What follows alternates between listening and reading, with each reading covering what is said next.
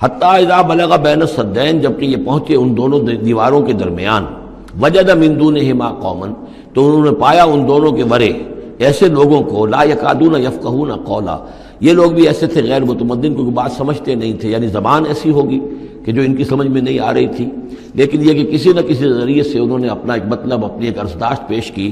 قالوا یا ذا القرنین، انہوں نے کہا کہ اے ذو القرنین، ان یاجوج و ماجوج مفسدون فی الارض، یاجوج اور ماجوج جو قومیں ہیں یہ زمین میں بہت فساد مچانے والی ہیں۔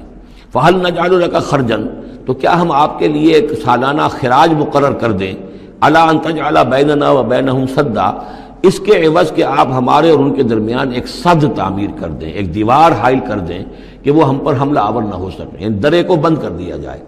یوں سمجھیے جس اصول پر کہ آج کل ڈیم بنتے ہیں، ڈیم پہاڑی سلسلہ یوں آ رہا ہے، پہاڑی سلسلہ یوں آ رہا ہے، دریا درمیان میں سے گزر رہا ہے، آپ نے اس گزرگاہ پر ایک دیوار کھڑی کر دی تو یہ گویا کہ ایک آرٹیفیشل لیک کریٹ ہو گئی، پانی یہاں جمع ہو رہا ہے۔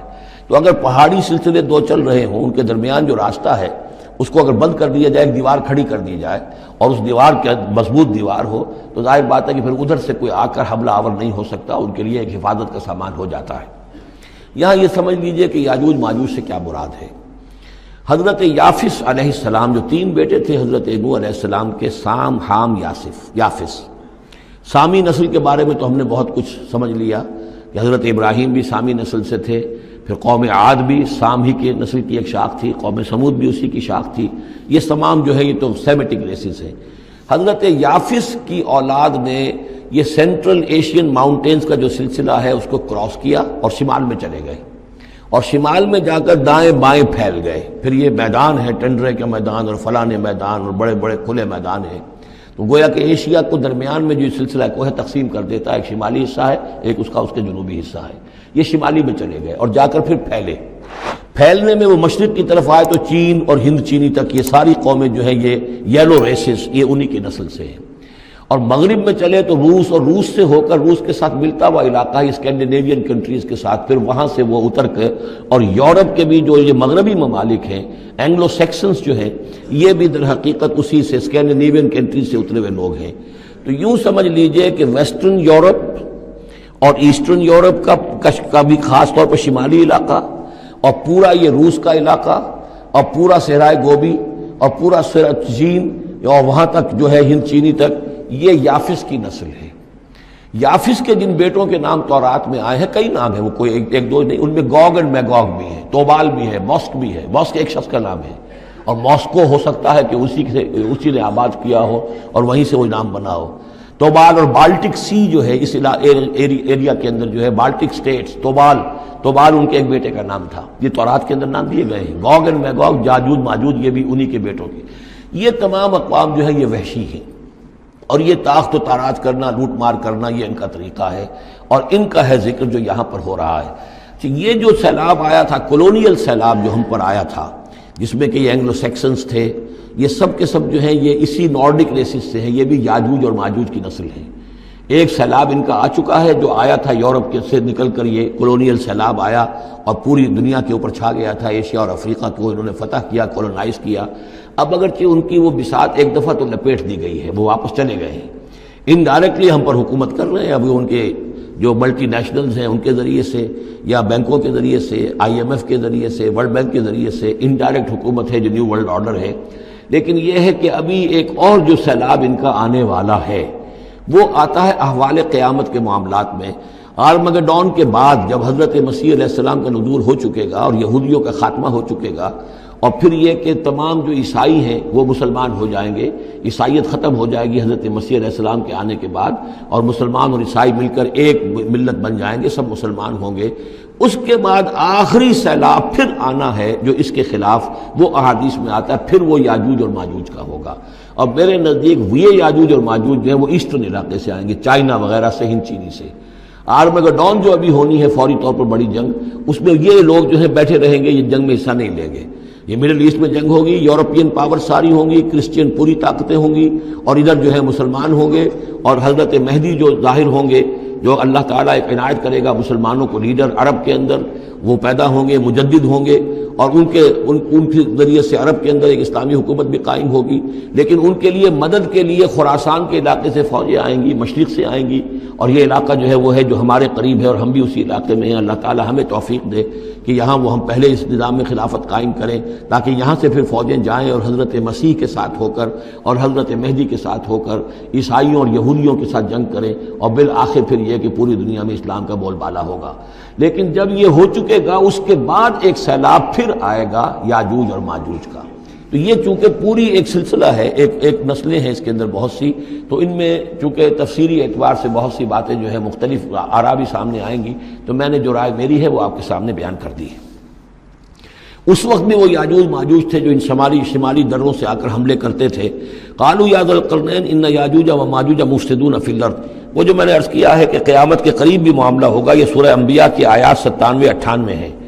حتی اذا فتحت یاجوج و ماجوج وهم من کل حدب ینسلون واقترب الوعد الحق فاذا هی شاخصۃ ابصار الذین کفروا۔ اب زیادہ دور نہیں، ہم سورہ انبیاء بھی قریب ہی آ رہی ہے، انشاءاللہ وہاں اس کو ہم پڑھیں گے۔ تو دو جگہ قرآن مجید میں یاجوج اور ماجوج کا ذکر ہے، ایک یہ جو قریب قیامت میں ان کا جو ظہور ہونے والا ہے، ایک اس وقت کا معاملہ یہ چھوٹا سا تھا کہ جو ذوالقرنین کے سامنے آیا ہے۔ تو کیا ہم آپ کے لیے ایک سالانہ خراج طے کر دیں تاکہ آپ ہمارے لیے یہاں ایک سد تعمیر کر دیں، ایک بند باندھ دیں یہاں پر؟ قال ما مکنی فیہ ربی خیر۔ اب دیکھیے ان کا کردار، ان کا مجھے جو کچھ میرے رب نے دے رکھا ہے، دولت دے رکھی ہے، مال دے رکھا ہے، وہ بہت بہتر ہے اس سے کہ جو تم مجھے پیش کر رہے ہیں۔ مجھے خراج کی ضرورت نہیں ہے، ہاں تمہاری ایک ضرورت ہے، میں وہ پوری کر دیتا ہوں۔ فاعینونی بقوت، مجھے مین پاور فراہم کرو، باقی ساری سامان جو ہے میں فراہم کر لوں گا، لیکن بہرحال اس کو بنانے کے لیے، دیوار بنانے کے لیے اور دونوں پہاڑوں کے درمیان اتنی بڑی جو سد تعمیر کرنے کے لیے جو مین پاور چاہیے، اعینونی بقوت، تو محنت کے ذریعے سے، مین پاور کے ذریعے سے میری مدد کرو۔ اجعل بینکم و بینہم ردما، میں ان کے اور تمہارے درمیان ایک موٹی دیوار بنا دوں گا۔ آتونی زبر الحدید، لاؤ میرے پاس تختے لوہے کے۔ حتیٰ اذا ساوا بین الصدفین، یہاں تک کہ جب دونوں جو اونچانے تھیں اس کے درمیان کا پورا علاقہ پر ہو گیا، بھر گیا، وہ لوہے کے تختے جو ہیں اس کے اندر بھرے جا رہے ہیں۔ حتیٰ اذا ساوا، برابر کر دیا دونوں پھانکوں تک پہاڑ کی، قال انفخوا، اب ان کا کہ آگ جلاؤ اس کے نیچے، وہ دہکا دی بھٹی جس سے کہ اب وہ لوہا گرم ہوا اور لوہے کی تختے جو ہیں وہ گرم ہو گئے۔ حتیٰ اذا جعلہ نارا، جبکہ وہ سارے کے سارے لوہے کے جو تپ گئے خود اور سرخ ہو گئے۔ قال آتونی افرغ علیہ قطرہ، تو کہا لاؤ میرے پاس پگھلا ہوا تانبا کہ میں اس کے اوپر انڈھیل دوں۔ تو اس طریقے سے گرین فورس کنکریٹ سے بھی 10 گنا سمجھیے مضبوط شے انہوں نے بنا دی کہ اس میں لوہا اور پھر لوہا سیسا یا تانبا پلایا ہوا، تو اس طریقے سے ایک بڑی مضبوط دیوار قائم کر دی۔ اس دیوار کے جو آثار اب بھی موجود ہیں، دیوار تو موجود نہیں ہے، یہ داریال اور دربند کے درمیان یہ کشادہ راستہ ہے اب بھی، یہ ویسٹ کوسٹ جو ہے کیسپین کا، اس کے ساتھ اس کی لمبائی 50 میل اور اس کی اونچائی 29 فٹ اور 10 فٹ چوڑی یہ دیوار تھی جو اس وقت بنی ہے۔ یعنی جس طریقے سے کہ بنتے ہیں بڑے بڑے بند، ان سے بھی بڑی یہ تھی سد تعبیر کی گئی۔ السد العالی کہلاتا ہے، اسوان ڈیم جو ہے جو مصریوں نے بنایا تھا، بہت بڑا ڈیم، السد العالی، اونچی دیوار۔ تو ہمارے ہاں یہ تربیلا اور منگلا یہ سب کیا ہے، یہ اسی طرح کے ڈیم ہیں کہ پہاڑی سلسلے آ رہے ہیں، دریا جا رہا تھا، وہاں آپ نے دیوار کھڑی کر دی، پانی رک گیا اور وہ جھیل بن گئی۔ فَمَسْتَعُوا أَن يَظْهَرُوهُ، تو انہوں نے کہا کہ اب یہ لوگ نہ تو یہ اس کے اوپر سے آ سکیں گے، اس کو نہ چڑھ سکیں گے، وَمَا اسْتَطَاعُوا لَهُ نَقْبًا، نہ اس میں کوئی سوراخ لگا سکیں گے، نقب لگا سکیں گے۔ قَالَ هَذَا رَحْمَةٌ مِّن رَّبِّي، یہ سب اتنا بڑا کارنامہ کر کے بھی انہوں نے کہا یہ سب رحمت ہے میرے رب کی طرف سے، میرا کوئی کمال نہیں، یہ سب اللہ کی طرف سے ہے۔ فَإِذَا جَاءَ وَعْدُ رَبِّي، اور جب میرے رب کا وعدہ آئے گا، جَعَلَهُ دَكَّا، وہ اس پوری دیوار کو جو ہے ریزہ ریزہ کر دے گا، ختم ہو جائے گی دیوار۔ اب وہ دیوار وہاں موجود نہیں ہے، وہ ختم ہو چکی ہے امتداد زمانہ سے، اب اس کے کوئی آثار باقی نہیں رہے، بس آثار معلوم ہو جاتے ہیں کہ یہاں وہ دیوار ہوتی تھی جس سے یہ میں نے ڈائمنشنز آپ کو دیے ہیں۔ وَكَانَ وَعْدُ رَبِّي حَقًّا، اور میرے رب کا وعدہ جو ہے وہ حق ہے، سچ ہے، پورا ہو کر رہے گا۔ وَتَرَكْنَا بَعْضَهُمْ يَوْمَئِذٍ يَمُوجُ فِي بَعْضٍ، اب جب یہ وقت آئے گا اللہ تعالیٰ کا قیامت کا وقت، تو ہم چھوڑ دیں گے اس روز ان کو، یہ ایک دوسرے میں گتھم گتھا ہو جائیں گے۔ یہ جو کچھ ہونے والا ہے قرب قیامت سے پہلے، جس قسم کے لشکر آنے ہیں اور جیسی جنگیں ہونی ہیں، اور یہ جو یاجوج ماجوج جب آئیں گے تو آتا ہے احادیث کے اندر کہ پورے دریا اور پورے سمندر پی جائیں گے، ہر چیز کھا جائیں گے. اور یہ معلوم ہوتا ہے کہ یہ چینیوں کے ہاں تو خاص طور پر سانپ بچھو جو شے ہو، کتا بلی، ہر شے چٹ کر جاتے ہیں، کوئی شے نہیں چھوڑتے. اور میں سمجھتا ہوں کہ شاید آدم خور بھی ہو یہ کہ کسی وقت میں جب ان کو ضرورت پڑے تو آدمی کو بھی کھا جائیں، جو کتے کو، بلی کو، سانپ کو، بچھو کو، ہر چیز کو کھا جاتے ہیں. تو ان لوگوں کا معاملہ جو ہے واقعتاً یہ جب ابھی تو ذرا رکے ہوئے ہیں، کنٹینڈ ہے ایک طرح سے، لیکن ایک وقت میں ان کا بند کھلے گا. اور چونکہ پھر یہ جو ہے تمام چاروں طرف ان کے پہاڑ ہیں، ہر پہاڑ کی اونچائی پر سے من کل حدب ینسلون نیچے اترتے ہوئے نظر آئیں گے. اور یہ نقشہ بعین ہی اسی طرح اخبارات میں آیا تھا جب 62 میں وار ہوئی ہے نیفا میں، جو ہندوستان کا مشرقی جو علاقہ تھا جہاں کے چین اور بھارت کی جنگ ہوئی ہے. تو اس کے الفاظ جو اخبارات میں آئے تھے، waves after waves of Chinese soldiers were coming down the slopes, لہروں کی طرح، موجوں کی طرح چلے آئے. ان کے تو اتنے آدمی ہیں، ان کا تو کہنا یہ ہے کہ تم سب کے سب ہلاک ہو جاؤ گے، ہمیں تم ہلاک نہیں کر سکتے، ہم تو چیونٹیوں کی طرح جو ہے بلوں کے اندر گھس جائیں گے. ایٹمک وارفیئر کے بعد تمہارا تہس نہس ہو جائے گا، ہمارا کچھ نہیں بگڑے گا، ہم پھر نکلیں گے اور پوری دنیا کو فتح کریں گے. وہ یہ کہتے ہیں.